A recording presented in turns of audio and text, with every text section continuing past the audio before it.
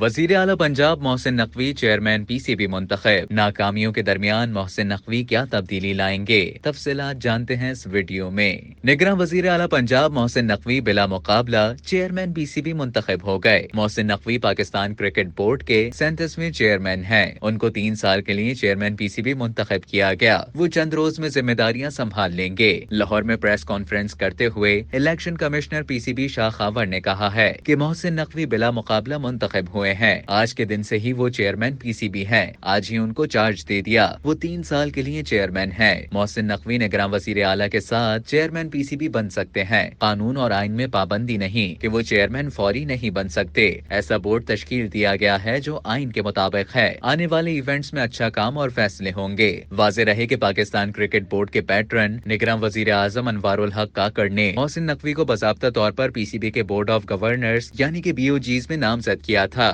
محسن نقوی کو ذکا اشرف کی جگہ بی او جی میں بطور پیٹرنز نمائندہ نامزد کیا گیا تھا، جبکہ ذکا اشرف کے مستعفی ہونے کے بعد پی سی بی کے آئین کے تحت پی سی بی کی بھاگ دوڑ الیکشن کمشنر شاہ خاور کے ہاتھ میں آ گئی تھی۔ یہ پہلا موقع نہیں ہے کہ اس سے قبل نجم سیٹھی بھی نگراں وزیر اعلیٰ بننے کے بعد فیروز پور روڈ میں پی سی بی کی ہاٹ سیٹ پر آئے تھے۔ پاکستان کرکٹ بورڈ میں ماضی میں 3 اسٹار جنرل، سپریم کورٹ کے چیف جسٹس بیوروکریٹ، سفارتکار اور متعدد سیاسی شخصیات پی سی بی چیئرمین بن چکی ہیں، لیکن اس وقت پاکستان کرکٹ ٹیم جس بری طرح ناکام ہو رہی ہے اس کو سامنے رکھتے ہوئے محسن نقوی کے لیے سخت چیلنجز ہیں۔ وہ ایک میڈیا ہاؤس کے مالک ہیں۔